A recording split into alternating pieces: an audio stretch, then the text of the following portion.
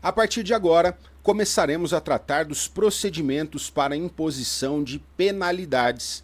Constatada a prática de uma irregularidade por um policial civil, essa irregularidade deve ser apurada. E, então, se for o caso, instaurado o pertinente processo administrativo disciplinar ou a sindicância e, ao final desses expedientes, desses procedimentos apuratórios, é que será imposta a penalidade. No entanto, antes do início desses procedimentos, antes do início da sindicância, do processo administrativo disciplinar, existem algumas providências preliminares que, em alguns casos, podem, em outros casos, devem ser adotadas. Então é a respeito delas que falaremos agora.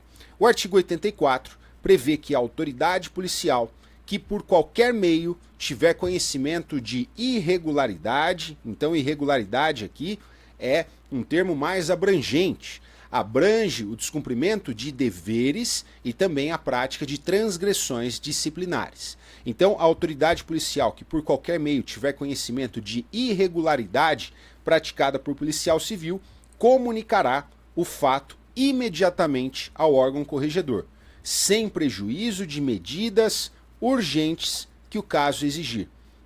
Ao instaurar procedimento administrativo ou de polícia judiciária contra policial civil, a autoridade que o presidir comunicará o fato ao delegado de polícia, diretor da corregedoria, ok? E o artigo 85 fala a respeito da chamada apuração preliminar. Nem sempre, quando é noticiada a prática de irregularidade por policial civil, nós temos ao certo os contornos dessa irregularidade. Nem sempre é possível constatar de imediato a materialidade dessa infração administrativa ou a sua autoria. Então, nesses casos em que embora tenha sido noticiada a irregularidade, é preciso fazer algumas apurações, algumas verificações, algumas investigações, é nesses casos que lançamos mão da chamada apuração preliminar. Então o artigo 85 fala que a autoridade corregedora realizará a apuração preliminar de natureza simplesmente investigativa quando a infração não estiver suficientemente caracterizada ou definida a autoria. Então cabe a apuração preliminar, que tem natureza investigativa, quando a infração não estiver suficientemente caracterizada. Eu não sei se efetivamente houve uma infração. Eu não sei, eu preciso investigar a apuração preliminar. E eu não sei também quem foi o autor dessa infração. A apuração preliminar também. Então, olha o que eu trago explicado por escrito aí para vocês. A apuração preliminar tem natureza simplesmente investigativa. Esse simplesmente investigativa significa que a sua utilização não poderá ensejar a aplicação de qualquer penalidade. Então não há que se falar em aplicação de penalidade alguma ao final da apuração preliminar, ok?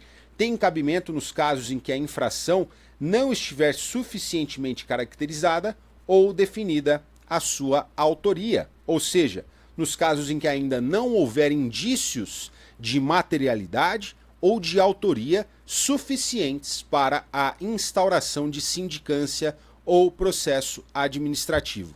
A realização dessa apuração preliminar cabe à autoridade corregedora. O início da apuração será comunicado ao delegado de polícia diretor da corregedoria, devendo ser concluída e a este encaminhada no prazo de 30 dias.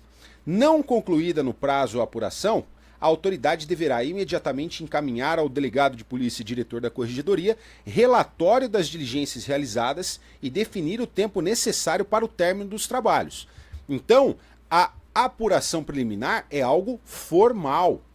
É algo formal, não é algo informal que se faz. Ah, estou aqui apurando se houve infração ou não. A apuração preliminar é instaurada.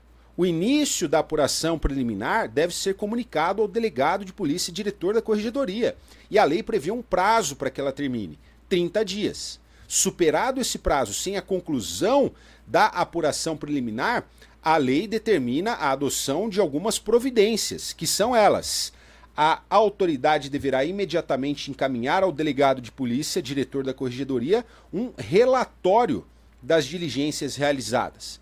E, além disso, deve definir o tempo necessário para o término dos trabalhos. É para não correr solto mesmo, tá? Então, friso para vocês. O início da apuração preliminar deve ser comunicado ao delegado de polícia e diretor da corregedoria e, em regra, deve ser concluída no prazo de 30 dias. Findo este prazo sem a conclusão da apuração preliminar, a autoridade por ela encarregada, a autoridade que conduz, que realiza, portanto, a apuração preliminar, deve imediatamente encaminhar ao delegado de polícia e diretor da corregedoria o quê?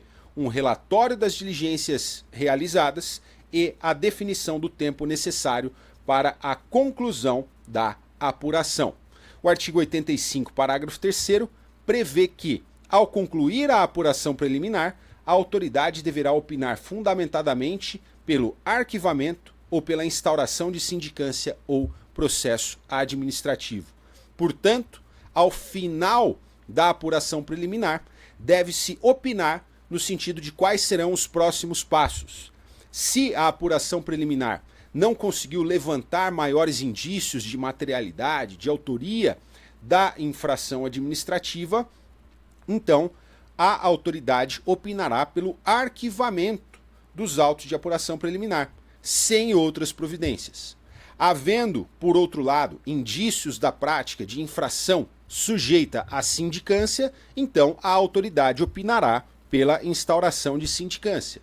E, havendo indícios da prática de infração em relação à qual caiba instauração de processo administrativo, então a autoridade opinará pela instauração de processo administrativo. Ah, mas em quais casos será aplicada a sindicância e em quais casos deve ser aplicado o processo administrativo? Nós já veremos isso nos próximos artigos. Os próximos artigos definem isso, tá?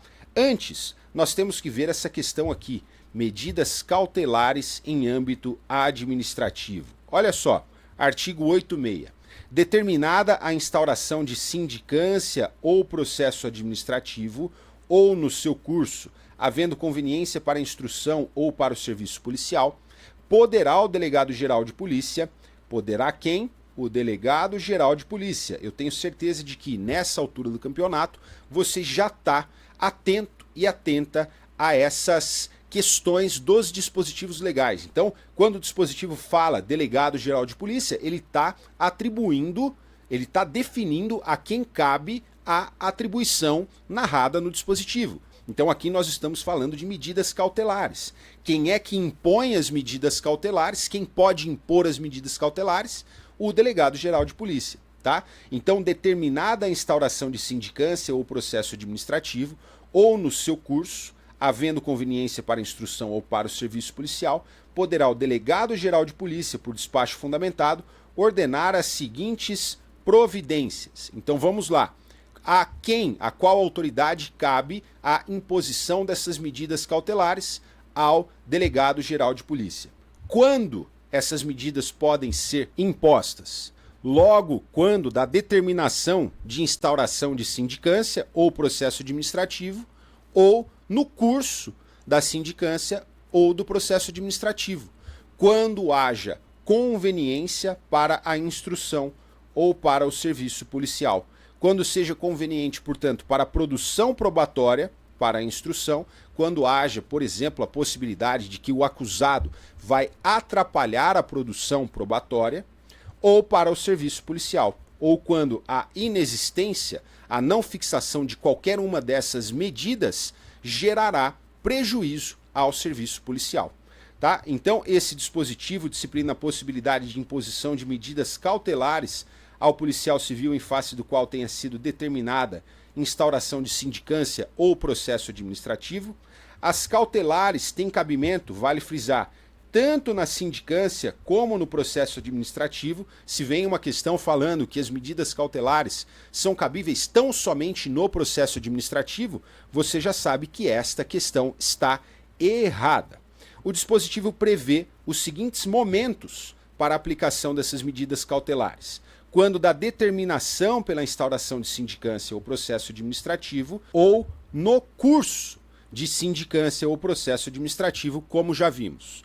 O dispositivo atribui a uma única autoridade a atribuição para impor as referidas medidas cautelares. Você já sabe qual é: Delegado Geral de Polícia, o famoso DGP. A imposição deve se dar por meio de despacho fundamentado, em que se demonstre a conveniência para a instrução, ou seja, para a produção de provas, na sindicância ou no processo administrativo, bem como para o serviço policial, ou para a instrução, ou para o serviço policial, ou para os dois. As medidas cautelares podem ser impostas isolada ou cumulativamente. Nós veremos quais são essas medidas cautelares. O DGP pode impor uma, pode impor duas, pode impor mais que duas, pode impor e depois trocar, tira essa porque não deu resultado, coloca outra, tá? Então as medidas cautelares são as seguintes: 1. Afastamento preventivo do policial civil. Afastamento preventivo. Quando recomendar a moralidade administrativa ou a repercussão do fato, sem prejuízo de vencimentos ou vantagens. Sem prejuízo de vencimentos ou vantagens. Então, no afastamento preventivo, o policial recebe. Eu já deixo aqui uma advertência. É muito importante que você não confunda o afastamento preventivo, que é uma medida cautelar, com a pena de suspensão. A pena de suspensão somente pode ser imposta ao final do expediente apuratório. Ao final, o afastamento preventivo, ele tem cabimento naqueles momentos que a gente falou, seja quando da instauração da sindicância ou do processo administrativo ou no seu curso, quando ele se fizer necessário. Na suspensão, o policial civil pode ficar por até 90 dias afastado do seu cargo. E durante a suspensão ele não recebe. Não recebe. Por outro lado, o afastamento preventivo pode perdurar por até 180 dias, prorrogáveis uma única vez por igual período, ou seja, pode ficar 180 mais 180, que são 6 meses mais 6 meses, o cara pode ficar até um ano afastado do serviço policial, só que durante esse afastamento ele recebe, porque a jurisprudência entende de forma pacífica que privar o policial civil de seus rendimentos, de sua remuneração, durante a apuração da infração é uma antecipação de penalidade. E então a nossa jurisprudência não admite, ok? Então o dispositivo prevê aqui como medida cautelar o afastamento preventivo do policial civil. Esse afastamento pode ser imposto quando, para além do preenchimento de todos os requisitos do caput, mostrar-se ainda recomendável à luz da moralidade administrativa ou da repercussão do fato, ok? Trata-se de proibição temporária de o policial civil exercer quaisquer de suas funções. O prazo pelo qual perdurará o afastamento é de 180 dias, mas a lei admite uma única prorrogação do afastamento por igual período.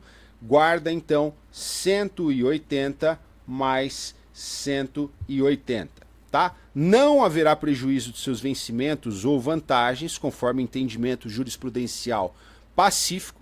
O período de afastamento preventivo é considerado como de efetivo exercício, e isso quem nos diz é o artigo 86, parágrafo 3º. O período de afastamento preventivo computa-se como de efetivo exercício, não sendo descontado da pena de suspensão eventualmente aplicada. Então, o afastamento preventivo, além de não se confundir com a pena de suspensão, ele não pode ser computado como suspensão se ao final do expediente apuratório for imposta a pena de suspensão, tá? Guarda isso daqui, eu friso para vocês, guarda isso daqui. Não se admite o cômputo do período de afastamento preventivo como cumprimento de pena de suspensão que eventualmente seja aplicada. Nesse caso, o policial civil, mesmo tendo ficado afastado preventivamente, ele ainda deve cumprir a suspensão. A segunda medida cautelar aqui prevista pela lei é a designação do policial acusado para o exercício de atividades exclusivamente burocráticas, até decisão final do procedimento. Trata-se da hipótese em que o policial civil será afastado das funções relacionadas à natureza propriamente policial do seu cargo. Atividades burocráticas é atividade com papel. Então ele vai ficar ali mexendo com papel, tá? Sem cumprir mandados de busca domiciliar, sem cumprir mandados de prisão, sem cumprir quaisquer diligências destinadas à investigação de fatos e etc. O policial civil ao qual seja imposta essa medida cautelar trabalhará tão somente nos popularmente chamados serviços internos, de natureza exclusivamente burocrática, até a decisão final do procedimento disciplinar. 3. Recolhimento de carteira funcional, distintivo, armas e algemas e proibição do porte de armas, se é recolhida a carteira funcional, distintivo, armas e algemas, e também se é proibido o porte de armas, é claro que esse policial civil deve também cumulativamente ficar afastado de suas funções propriamente policiais, né? Não faz o menor sentido, olha, daqui a sua funcional, daqui sua arma, suas algemas, você não pode mais portar armas durante o processo administrativo ou a sindicância, mas é o seguinte, o pessoal vai lá cumprir um mandado de busca, vai junto.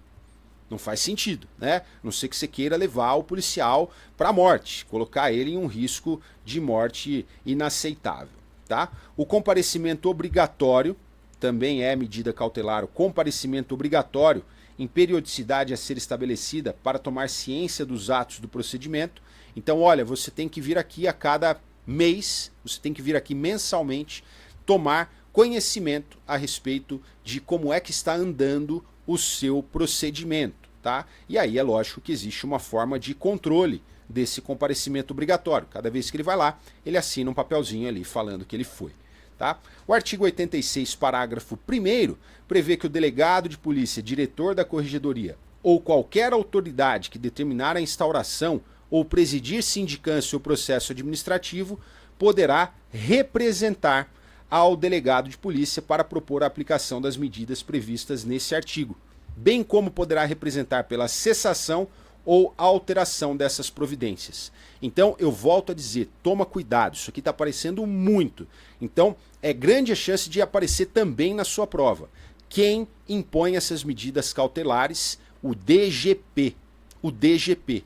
O DGP pode fazer isso de ofício, ele verifica que o caso é de impor essas medidas cautelares ao policial civil e ele faz isso de ofício, ou seja, independentemente de provocação, sem a necessidade de ninguém ter pedido para ele fazer isso. Ele, como delegado geral, ele pode olhar e falar assim, não dá para esse cara ficar com arma não dá para esse cara exercer as funções, então é o seguinte, vou recolher distintivo, arma, algema, vou recolher tudo e esse cara vai ficar fazendo trabalho de escritório até o final do processo. O DGP pode fazer isso sem a provocação de ninguém, bem como pode ser provocado para fazer isso pelo delegado de polícia, diretor da corregedoria ou qualquer autoridade que determinar a instauração ou que presidir sindicância ou processo administrativo. Tá? Então o dispositivo supra, mais uma vez, prevê que somente cabe ao delegado-geral de polícia a imposição das medidas cautelares elencadas acima, mas estabelece ao delegado de polícia, diretor da corregedoria, e a qualquer autoridade que determinar a instauração ou presidir sindicância ou processo administrativo, a legitimidade para representar, para pedir, entre aspas, ao delegado-geral de polícia a imposição, alteração ou cessação das medidas cautelares em estudo, ok?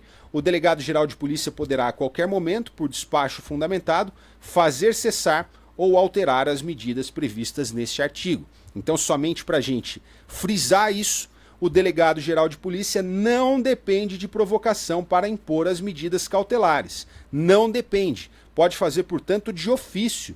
E isso é extraído do artigo 86 da lei que nós estamos estudando. E se ele pode, de ofício, impor essas medidas cautelares, é claro que ele pode também, de ofício, fazer cessar essas medidas cautelares ou alterar, que nada mais é do que fazer cessar as que já estão vigentes e impor outras no lugar. Outra ou outras, tá bom? Então o DGP pode impor, fazer cessar ou alterar essas medidas de ofício.